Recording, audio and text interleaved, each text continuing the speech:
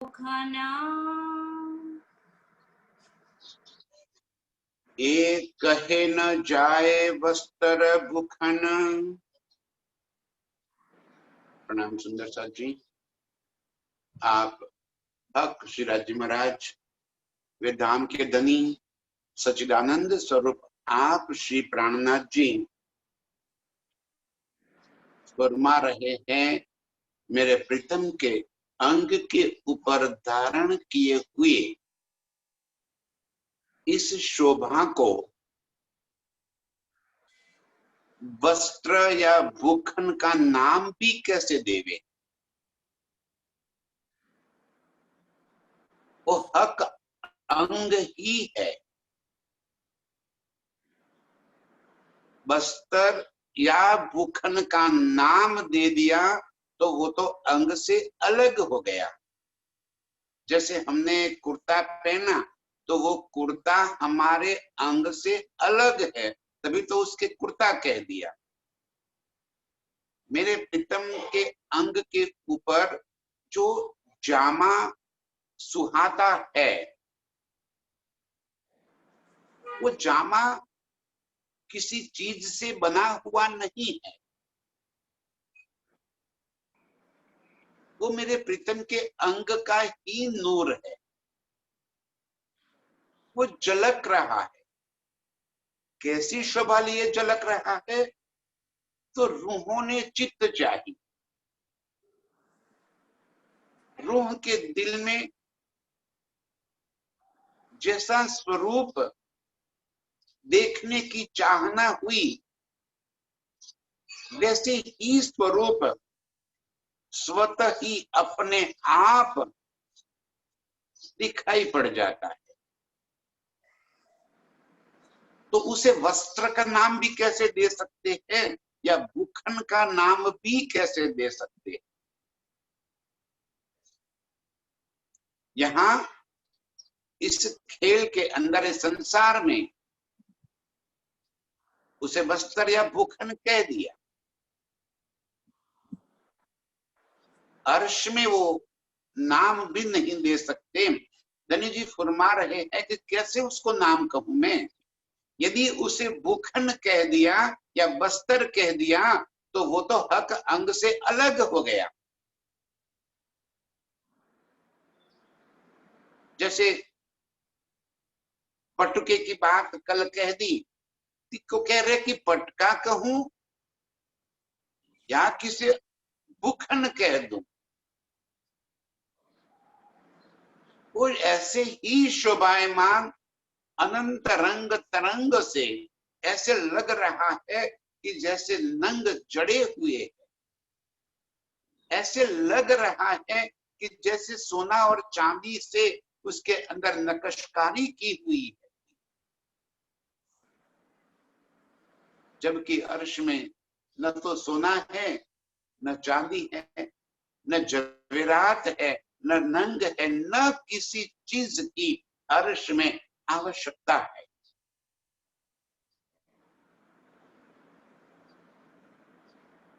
प्रीतम हमें इतने साफ साफ शब्दों में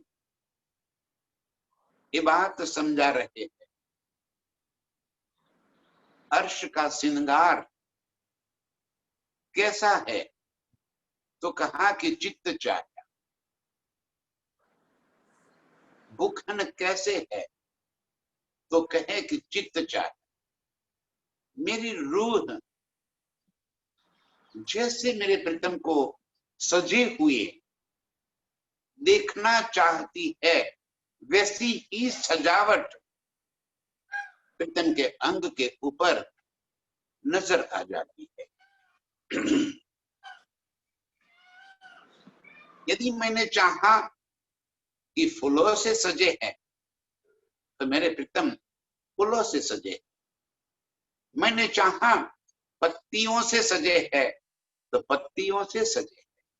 मैंने चाहा कि मेरे प्रीतम के अंग के ऊपर कुछ भी न हो, खुले अंग श्रृंगार, तो प्रीतम के अंग खुला अंग। नंगापन अर्श में है ही नहीं। क्योंकि वो स्वरूप जो अर्श का है वो कोई मांस, चमड़ी, हड्डियां और खून का बना हुआ वो ढांचा नहीं है। वो नूरमयी स्वरूप अनंत गुणों लिए दृष्टि गोचर हो रहा है। इस वास्ते उसे किशोर कहा। जो चेतन है, अनंत गुणों से भरा हुआ है,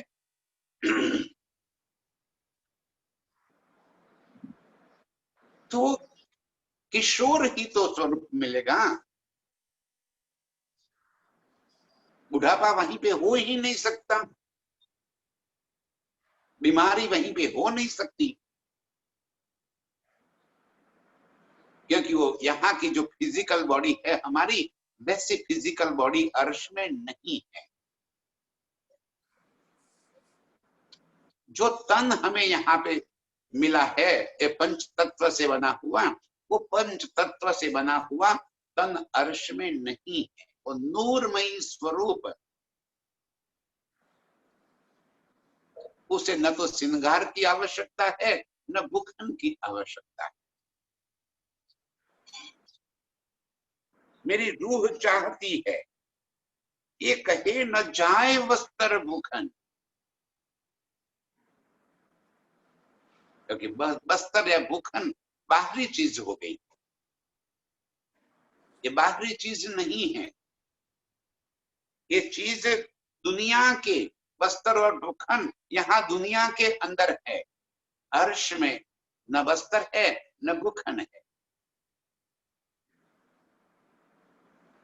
चित्त चाहे स्वरूप, चित्त चाहे गुण, चित्त चाहे भाव मेरे प्रीतम के अंग अंग से झलक रहे हैं।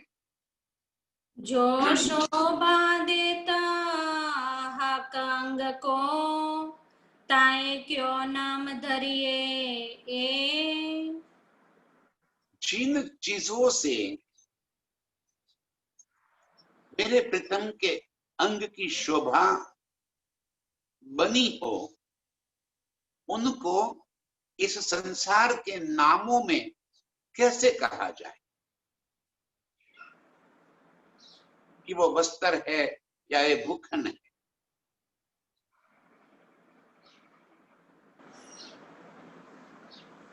वो नूर ही नूर जो प्रीतम के अंग के ऊपर झलक रहा है, उसे किसी सीमा में, किसी शब्द के अंदर बांधा नहीं जाता।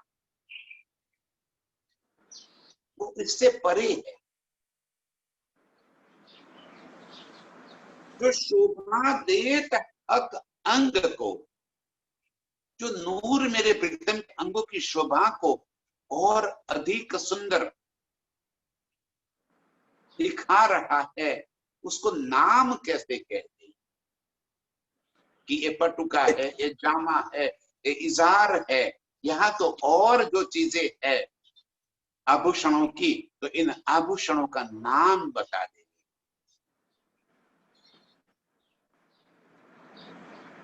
पंचभौतिक संसार ये दुनिया की चीजों से रहित अलग स्वरूप है। अर्श की रूहें अर्श की नजरों से इस स्वरूप को अपने दिल में बसाएगी।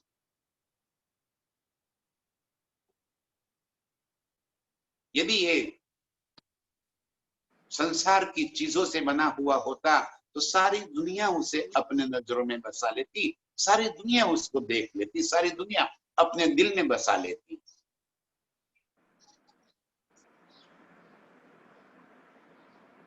एक बात, अर्श की रूहों के सिवा और कोई इसका आनंद, उसका लुत्फ नहीं उठा पाएगी। निस्बत के सिवा ये सुख किसी और को नहीं मिल सकता। ये अर्श रूहें ही जानती है कि कैसे मेरे प्रीतम के स्वरूप का नूर जो है वो प्रीतम के चारों ओर इस तरह से मंडरा रहा है, एक आभा बनी हुई है।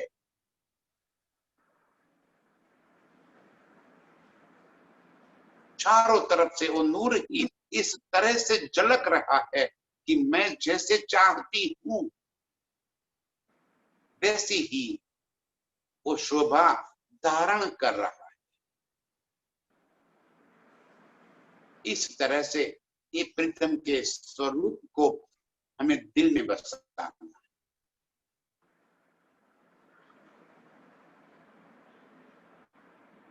अंग अंग से झलकता हुआ नूर, झलकता हुआ इश्क,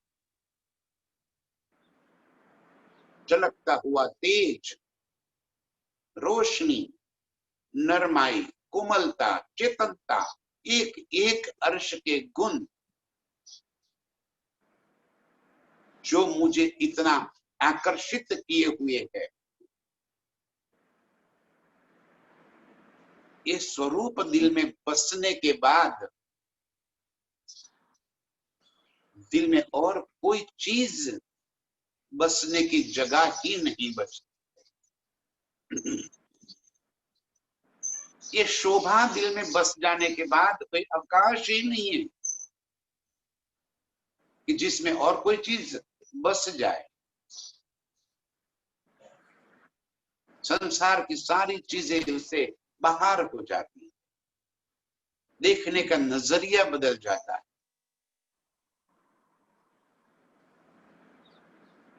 प्रीतम यही बात समझाते हुए फरमा रहे हैं कि इसको इस संसार के किसी भी नाम के संग जोड़ा नहीं जा सकता। हक के अंग का नूर जो ए रूहो अर्श में सुध होत। हक के अंग का जो नूर है उसकी सूद, उसकी समझ अर्श रूहों के सिवा और किसी को नहीं हो सकती। जो निस्बती है, जो रात दिन प्रीतम के स्वरूप के साथ इश्क की लीला में डूबी हुई है, वो ही रुझे जानती है कि मेरे प्रीतम के स्वरूप का नूर क्या है।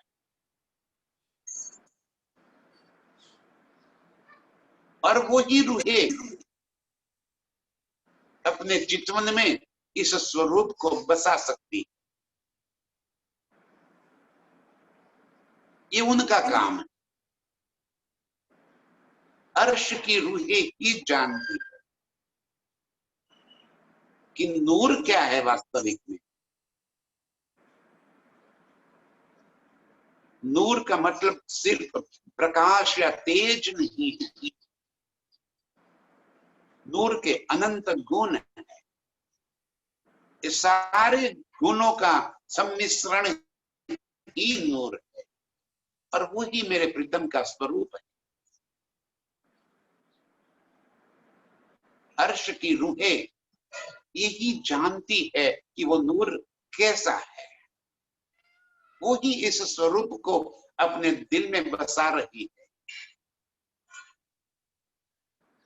उन्हीं रूहों के दिल में प्रीतम का स्वरूप बस जाएगा और कोई दुनिया में ये बात समझ ही नहीं पाए।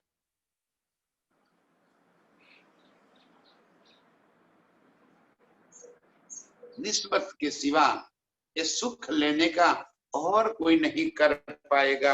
हक के अंग का नूर जो है, ये रूहों अर्श में शुद्ध होत। परमधाम में तो हमें इस नूर की शुद्ध है ही, उसी शुद्ध प्रीतम हमें यहाँ खेल में बता रहे। और यही बात हमें दिल में बसाते हुए अपनी अरवाह को उड़ाना है, अपनी आत्म को जगाना है। ये नूरमयी स्वरूप जैसे जैसे हमारे दिल के अंदर बसता जाएगा, वैसे वैसे हमारे अंग अर्श में जागृत होते जाए।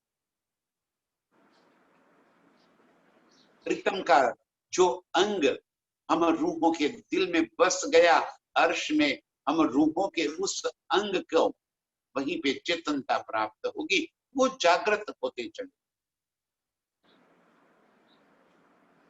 बस हमें देखने का नजरिया बदलना है। इस संसार की चीजों का नाम लेते हुए यहाँ की चीजों की बताकर, उपमा देकर अर्श में प्रीतम के स्वरूप को वर्णन किया जा रहा है। तो जिन शब्दों से प्रीतम के स्वरूप की उपमा दी जाती है, उन शब्दों को छोड़कर प्रीतम के स्वरूप की वास्तविकता को हमें दिल में बसा लेना है।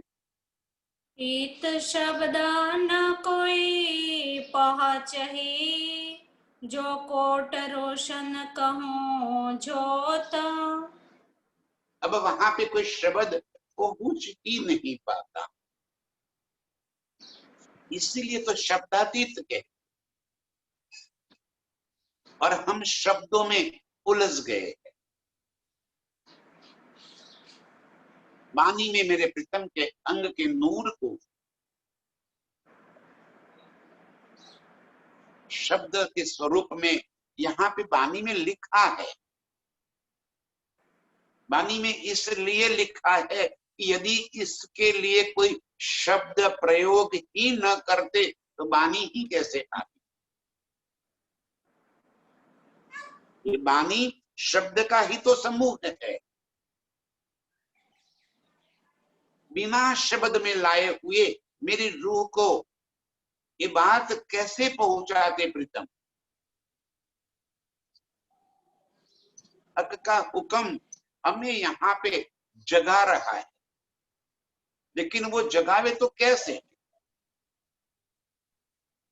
यहाँ ये शब्द जगत है, ये शब्द का संसार है। तो शब्द जगत में, शब्द के संसार में बिना शब्द का प्रयोजन किए अर्श के मेरे प्रीतम के स्वरूप का वर्णन तो हो ही नहीं सकता। और हम यदि उसी शब्द को पकड़ते हुए जड़ता से अर्श में मेरे प्रीतम को देखना चाहेंगे तो वो कभी हमारी मनसा पूरी नहीं होगी।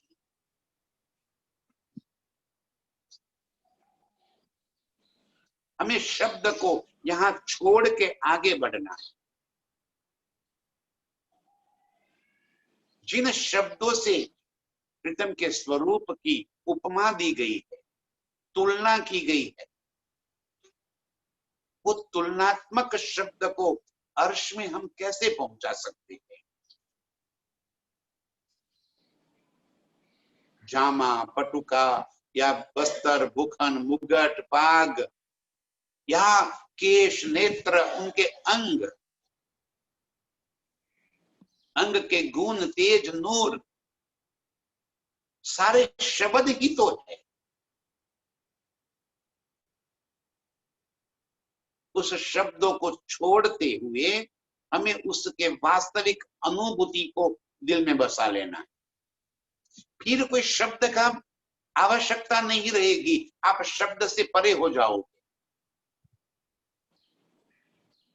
फिर बोलने की आवश्यकता नहीं रहेगी, वहीं पे हम मौन हो जाएंगे। जब प्रीतम का स्वरूप दिल में बस जाएगा तो शब्द नहीं निकलेंगे,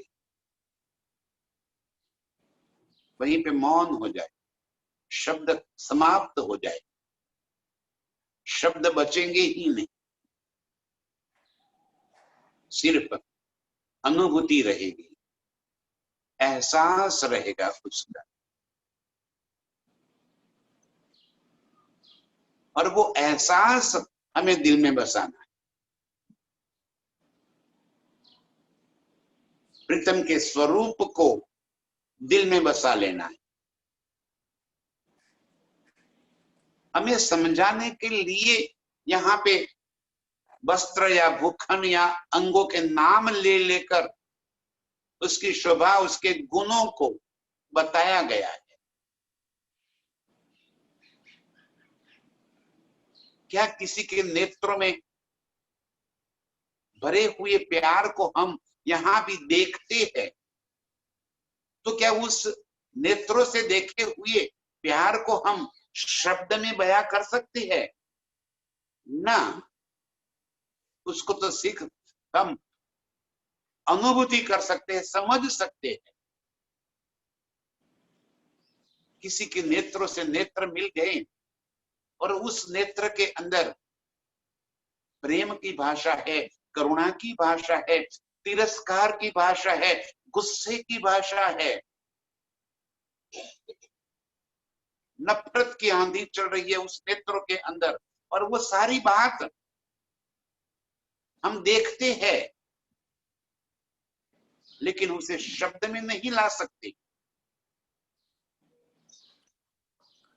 उसका हम अनुभव कर लेते हैं, उसको समझ जाते हैं कि हाँ, यहाँ पे उनको मेरे वास्ते तिरस्कार है, नफरत है, चीड़ है, गुस्सा है, वो नेत्र में झलक रही है। उनको मेरे वास्ते प्यार है, वो भी नेत्र में झलक रहा है।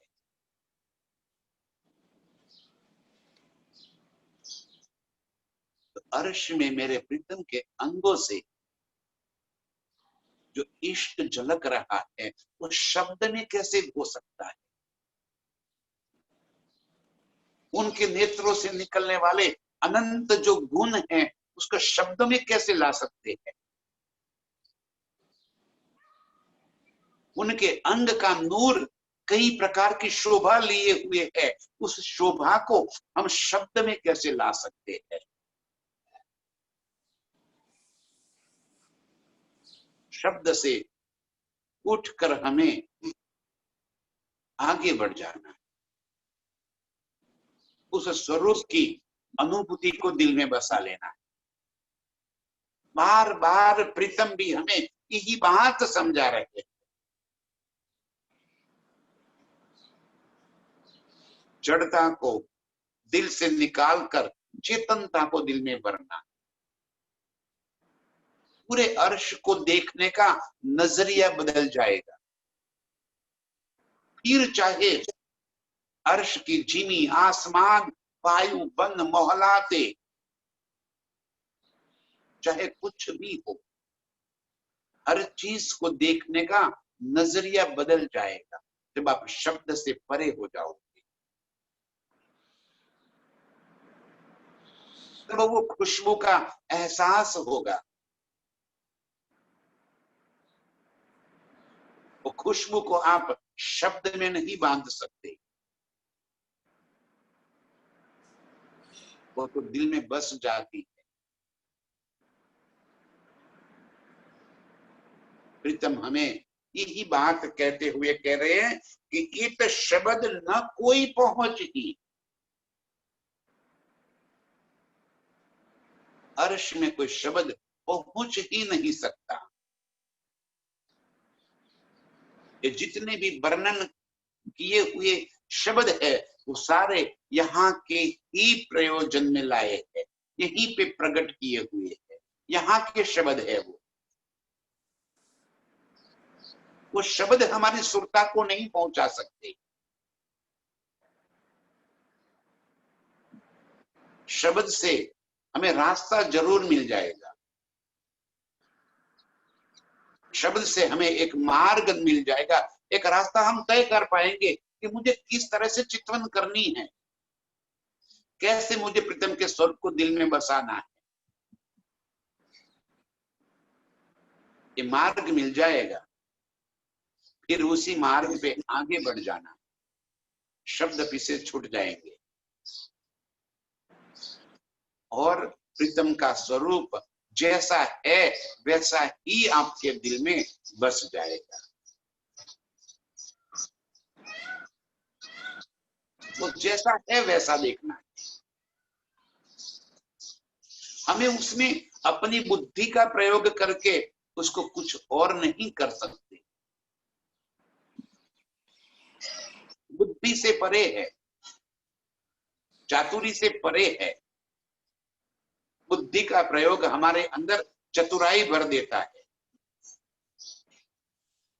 और जैसे जैसे चतुराई बढ़ती जाती है हम प्रीतम से दूर होते चले जाते हैं।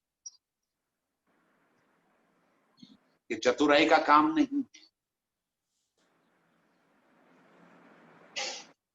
शब्द न कोई पहुंच ही जो कोट रोशन कहूं जोत। अर्श के मेरे प्रीतम के स्वरूप के इस नूरमयी शोभा को यहाँ पे कितने भी कोटान कोट शब्द का प्रयोग क्यों न कर दूं, उसका कोई तुलना नहीं हो सकती।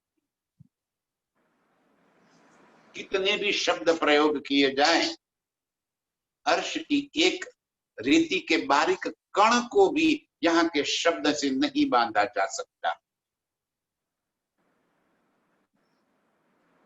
वैसे वो शब्द से परे स्वरूप को प्रीतम हमारे दिल के अंदर बसा रहे हैं।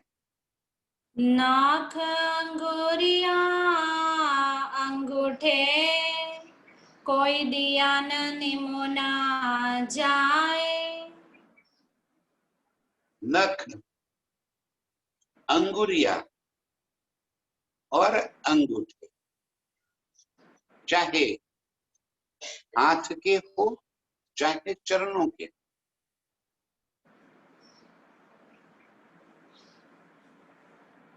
ये नाखून की शोभा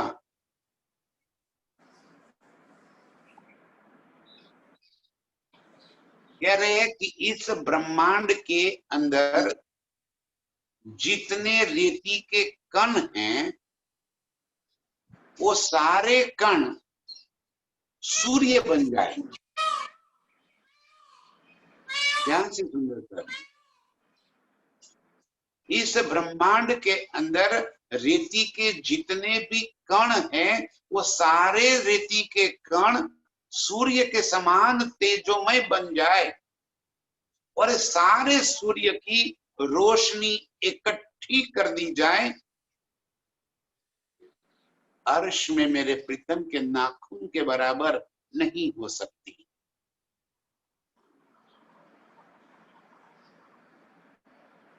अब उस स्वरूप को किस तेज में, किस रोशनी में हम यहाँ पे देखेंगे, कैसे बांध देंगे शब्दों में। जैसे वो नाखून नाखून न होकर चमकता हुआ एक कोई पिंड है। अभी एक नाखून की शोभा हम यहाँ पे बयान नहीं कर सकते, शब्द में नहीं ला सकते, तो अंगुली की शोभा, अंगूठों की शोभा, और इससे आगे निकल गए तो हथेली की शोभा, पहुंची की, कांडों की और बाजुओं की, पूर्ण स्वरूप की शोभा कैसे ले पाएंगे। एक नाखून की शोभा शब्द में नहीं ला सकते। इससे अधिक तो किस भाषा में समझाया जाए कि सारे ब्रह्मांड के रेती के कण सूर्य बन जाए और सारों की रोशनी इकट्ठी कर दी जाए तो भी एक नाखून के बराबर नहीं हो सकती। और उस नाखून को, उन उंगलियों को, उन अंगूठों को हम शब्दों में कैसे बयां कर सकते हैं।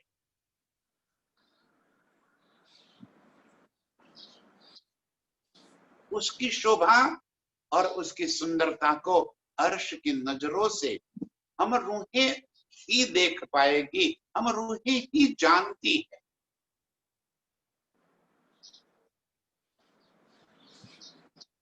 ये तेज नजरों में भरने की क्षमता सिर्फ अर्श की नजरों में ही है।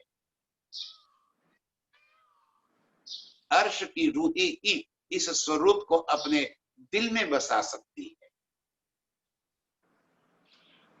नख, अंगुरिया, अंगूठे कोई दिया न जाए निमुना, उसका निमुना इस संसार में तो कोई है ही नहीं, कैसे तुलना कर दे। राष्ट्रमंडल के अंदर नाखून की शोभा का वर्णन करते हुए कह दिया, एक नख तने जोत तमे जुओ तेमा कई रे सूरज डंपा। और तो रासमंडल की बात है, अखंड परमधाम के मेरे प्रीतम के इस स्वरूप को शब्दों में, किसी मर्यादा में, किसी हद में हम नहीं ला सकते। यही कह रहे हैं मेरे प्रीतम कि वो शोभा अनुपम सौंदर्य से भरी हुई है। जोत क्यों कहो इन मुखा, रहे अंबर जिमी भराए। अब अधिकता दर्शाने के लिए और कोई शब्द है ही नहीं। जैसे हमें यहाँ पे किसी चीज की गहराई बतानी हो तो कह देंगे कि समुद्र जितना गहरा। किसकी ऊंचाई की बात करनी हो तो कह देंगे कि आसमान जितना ऊंचा, क्योंकि आसमान से ऊंचा कुछ है ही नहीं। यहाँ प्रीतम हमें उसकी अधिकता को दर्शाते हुए कह रहे हैं कि नख अंगूरी अंगूठों की शोभा का निमूना यहाँ पे नहीं दे सकता, तो प्रीतम के मुखारविंद की शोभा, उसका तेज, उसकी सुंदरता, लावण्य, ऐश्वर्यता, यहाँ के किन शब्दों में उसको मैं बताऊं आपको। जोत क्यों कहूं इन मुख, रहे अंबर जिमी पर आए। बस अधिक से अधिक ये कह दिया कि जिमी से लेकर आसमान तक पूरे अर्श के अंदर मेरे प्रीतम के मुखारविंद की रोशनी छाई हुई है।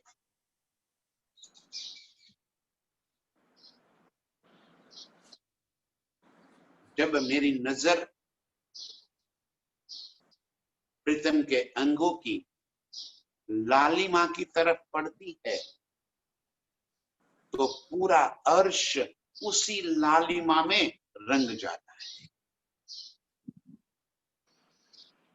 जब मेरी नजर प्रीतम की गौर उज्ज्वलता के ऊपर पड़ जाती है तो पूरा अर्श गौर और उज्ज्वल नजर आ जाता है।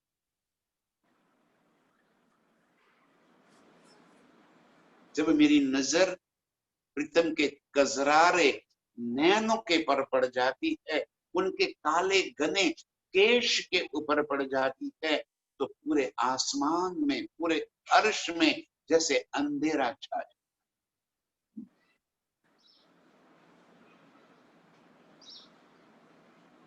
और कैसे तुलना कर दे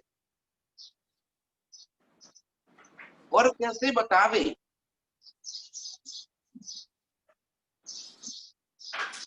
वो तेज आसमान जिमी में बराए, माने कि पूरे अर्श की सारी चीजें, सारी न्यामतें उसी रंग में रंग जाती है। कभी प्रातः काल का सूरज को निरखना, जब उसकी लालिमा पूरे आसमान में छा जाती है तो पृथ्वी के ऊपर के सारी चीजें लालिमा में रंगी हुई नजर आ जाती है।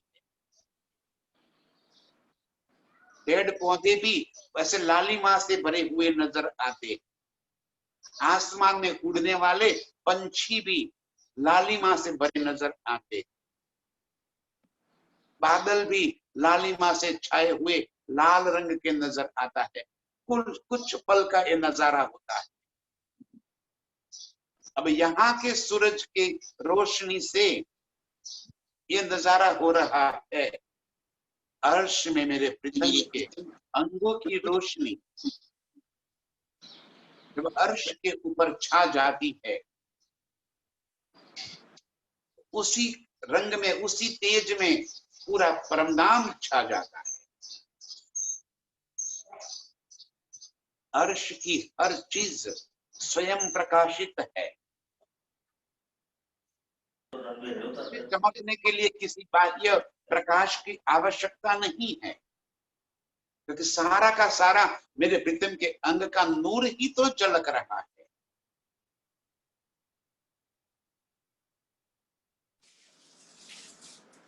इन शब्दों से मैं यहाँ पे आपको समझाऊंगा, जो मेरे प्रीतम हमें बताना चाहते हैं। नख अंगूरी अंगूठे,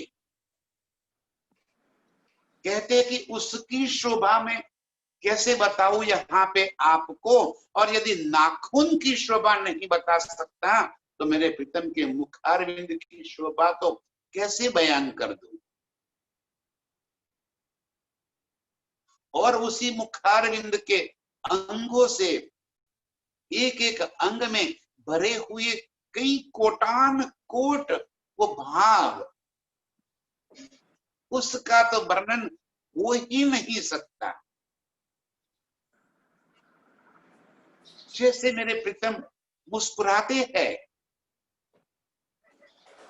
तो मुस्कुराते ही उनके होठ जिस तरह से एक तरफ मुड़ जाते हैं, कई बार वो होठ गोल करके वो मेरी तरफ नजर करते हैं।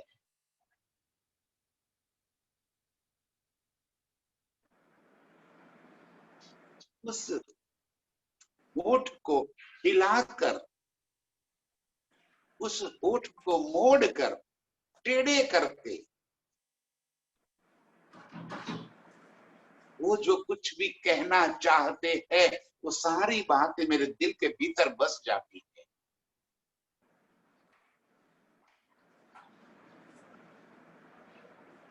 मेरे प्रीतम के मुख की शोभा, उसका तेज आसमान जिमी भरा है,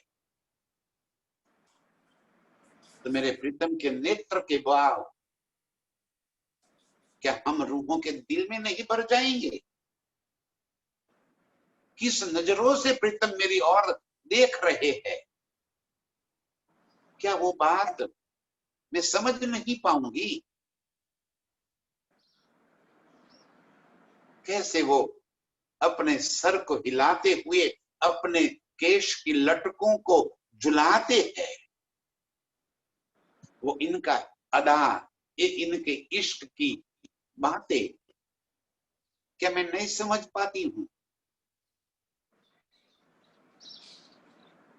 इनके एक एक इशारों को समझने वाली हम रूहें उन इशारों में तो खो जाती है, उन्हीं इशारों पे तो हम कुर्बान हो जाती है। उस मुख की तेज किन शब्दों से बयां करो, उन मुख के भावों को यहाँ के किन शब्दों पे बयां करो। आसमान जिमी रही बराए, पूरा अर्श मेरे प्रीतम के उन भावों से भर जाता है, उन तेज से छा जाता है। उसी लालिमा में लाल नजर आ जाता है, वही गुलाबीपन मेरे प्रीतम के गालों का पूरे आसमान में छा जाता है, तो पूरा अर्श लालिमा गुलाबी गुलाबी नजर आता है। जब सफेद रंग के जामे के ऊपर नजर पड़ जाती है तो पूरा अर्श सफेद रंग से रंग जाता है।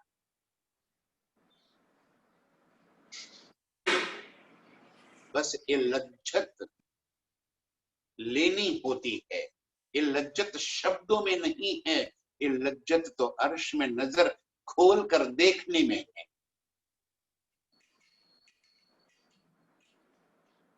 जैसे जैसे यहाँ पे शब्द बयान होते हैं, जैसे जैसे यहाँ पे शब्द बोले जाते हैं, उसी पल हमारी सुरता उन शब्दों को पकड़ते हुए अर्श का ये नजारा अपने दिल में भर लेनी चाहिए। तब शब्द मिट जाएंगे और वो नजारा हमारे दिल में बसता चला जाएगा। ये शब्द इस वास्ते कह रहा हूं, या राज्य उस वास्ते इन शब्दों को यहाँ पे बुलवा रहे हैं, ताकि रूहों के दिल में अर्श का वो सारा सुख बसता जाए।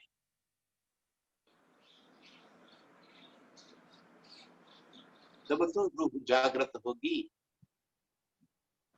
अर्श का सारा नजारा जैसे जैसे दिल में बसता जाएगा, अर्श में रूह वैसे ही उस नजारे को अपने दिल में धारण करके, हैं, इतना ही क्या हो गया, आंख खुल गई।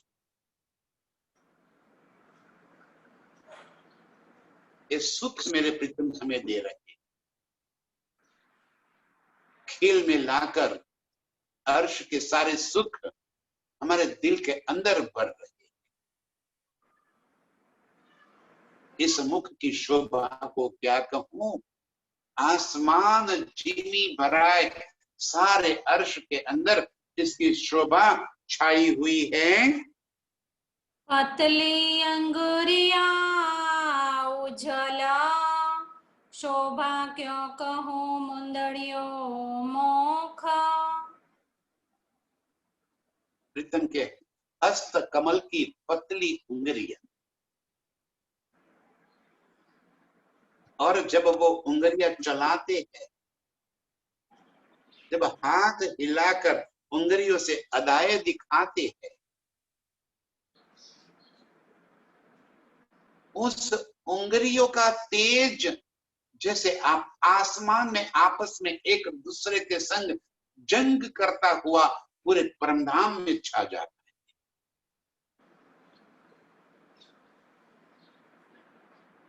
और उसी उंगलियों का नूर जैसे मुंदरियों के रूप में उनकी उंगलियों के ऊपर सुहा रहा है।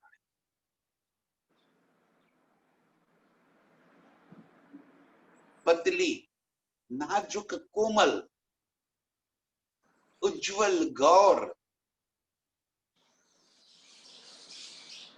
और एक उंगलियां प्रीतम जब लाड करते हुए मेरे होठ के ऊपर फिराते हैं, जब मेरे गालों पर फिराते हैं,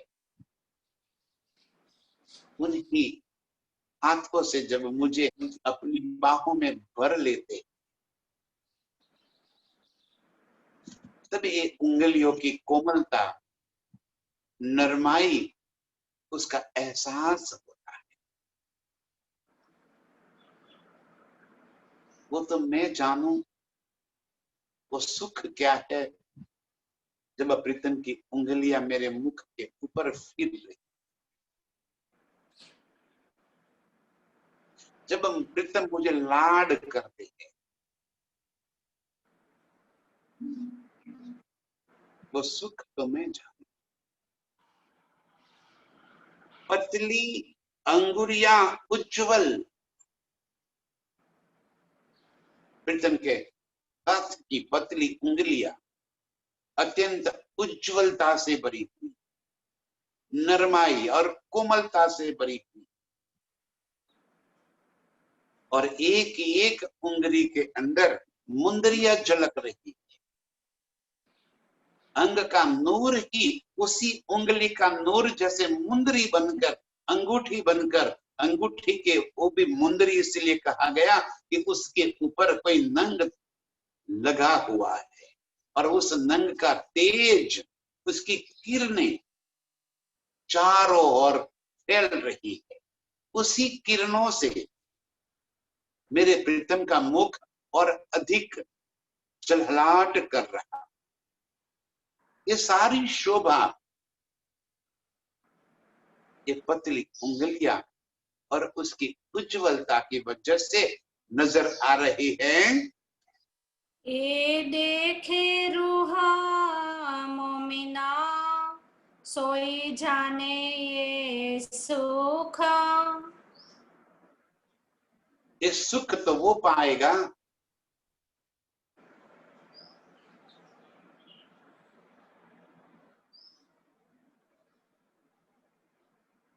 जिसने एक बात दिल में धारण कर रखी है, वो ही तो ये सुख ले पाए।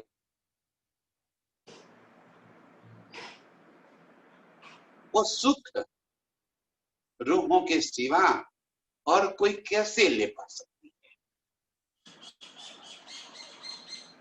मेरे प्रीतम के पतली उंगलियों की शोभा,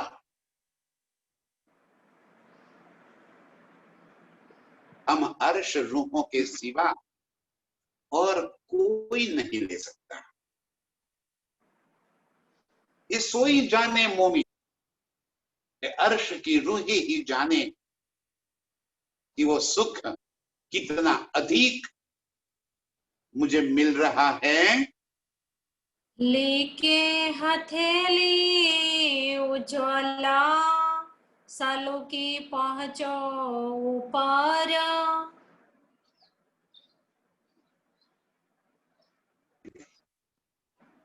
लिखे हथेली उज्जवल,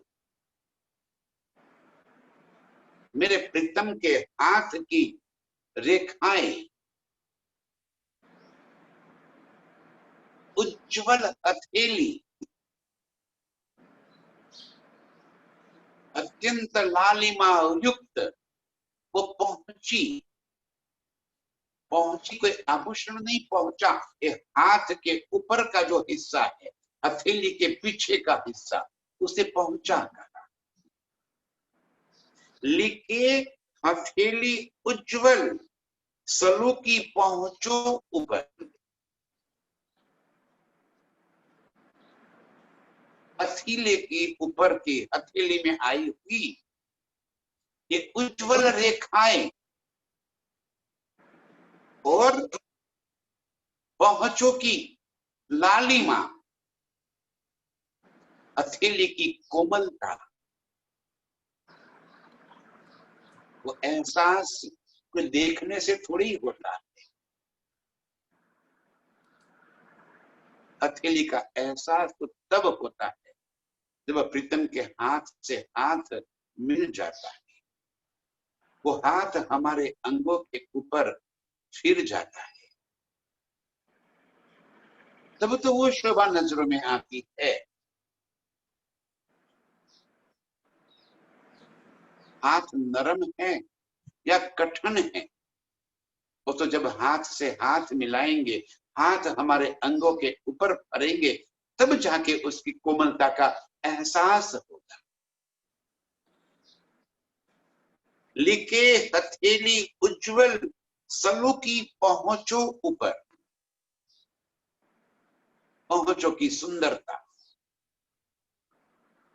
हथेली की रेखाओं की गहरी लालक, हथेली की स्वयं की कोमलता, पतली उंगलियां, मुंदरिया, नाखून, एक एक अंग की बारीक बारीक शोभा प्रीतम हमें बता रहे हैं।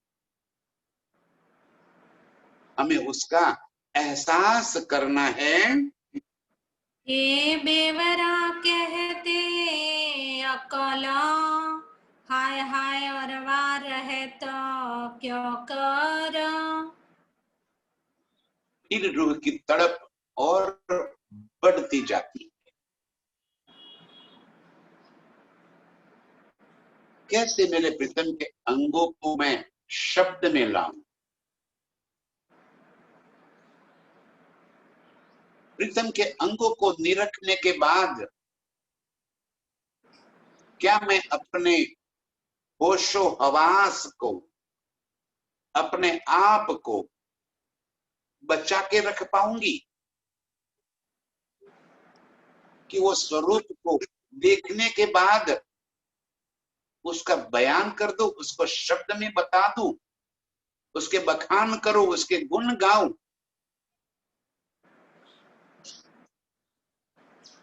कि उसी अंगों के अंदर मैं डूब जाऊंगी, गलतान हो जाऊंगी। कैसे मैं उन शब्दों को बयान करूं। मेरी रूह मेरे प्रीतम के इन अंगों को देखते ही उसकी शोभा, सुंदरता, नरमाई, कोमलता, उज्जवलता, चेतनता, आकर्षण में ऐसे फंस जाती है। बुद्धि चतुरी वहीं पे बचती ही नहीं।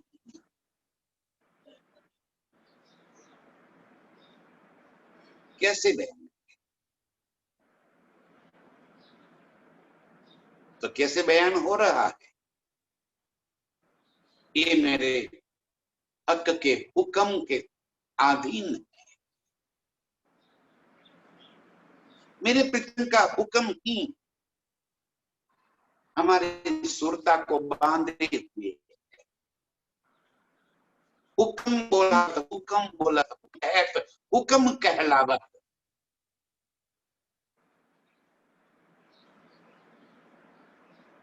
मेरी रूह की तड़प एव रही है कि इन अंगों की अनुभूति लेने के बाद, एहसास करने के बाद, उन अंगों का सुख लेने के बाद फिर भी मैं उसको बयान कर रही हूं। उसको देखते ही मैं टुक टुक क्यों नहीं हो जाती, मैं कुर्बान क्यों नहीं हो जाती, क्यों मैं अपने आप को संभाले हुए हूं। ये रूह की तड़प है। हाय हाय अरवा रहत क्यों कर।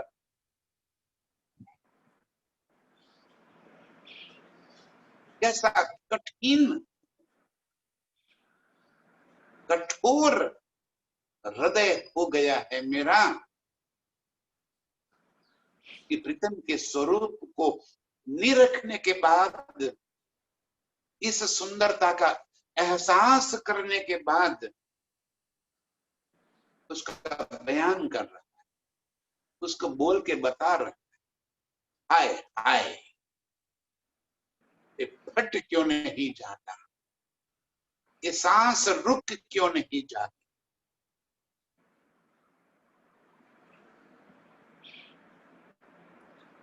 धिक्कार है मुझ पर। कैसी मैं अर्श की रूह हूं, कैसी उस अंग की अंगना हूं कि उस अंग को मैं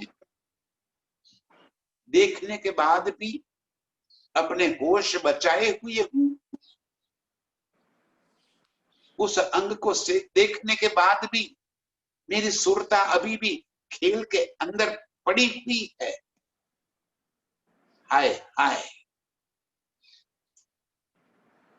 ऐसा कठिन दिल मेरा क्यों हो गया, क्यों मेरी सुरता वापिस नहीं फिर रही, क्यों मेरी आत्म जागृत क्यों नहीं हो रही। रूह की तड़प इस स्वरूप देखने के बाद बढ़ जाती है। अंदर विरहा की अग्नि तेज होती चली जाती है। बस प्रीतम अब रहा नहीं जाता। यहां तो आपके स्वरूप का बयां मत करो या बताकर फिर यहाँ पे रखो मत धनी। ये नजारा, ये अनुभूति में आने के बाद अब यहाँ पे दिल कैसे लग सकता है। हाय हाय ऐसा कठिन मेरा दिल क्यों हो गया। पहुंची कांडो कड़े झलकता हेम जवेर कई रंग रस। पहुंची कांडो कड़े झलकत। प्रीतम के पहुंचे के ऊपर पहुंची झलक रही, कांडों में कड़े झलक रहे, भुजाओं में बाजू बंद झलक रहे।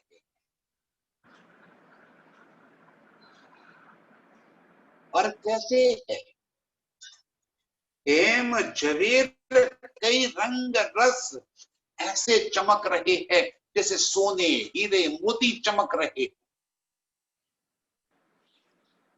ऐसे मेरे प्रीतम के अंग अंग से चमकार उठ रही।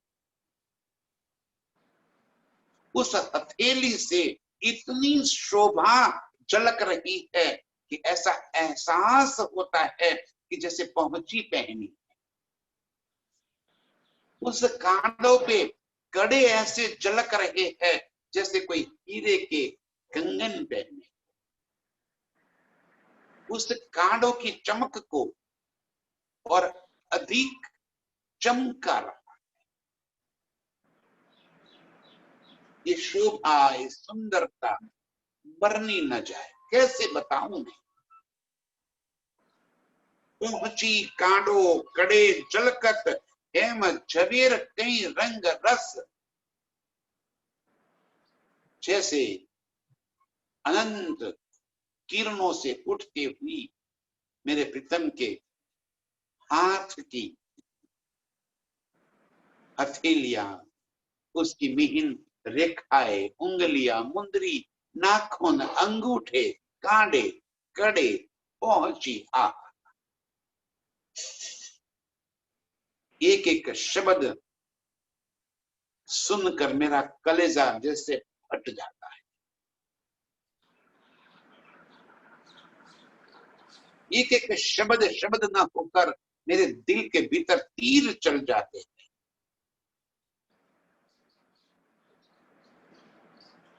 रात दिन जिन अंगों की सुंदरता में मस्त होती रहती थी, आज वो अंग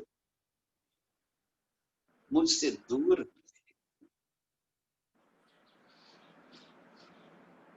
उस अंगों की शोभा देखते देखते मेरा कलेजा फट रहा है। क्यों ये अंग, ये शोभा मेरे दिल के भीतर बस नहीं जाती।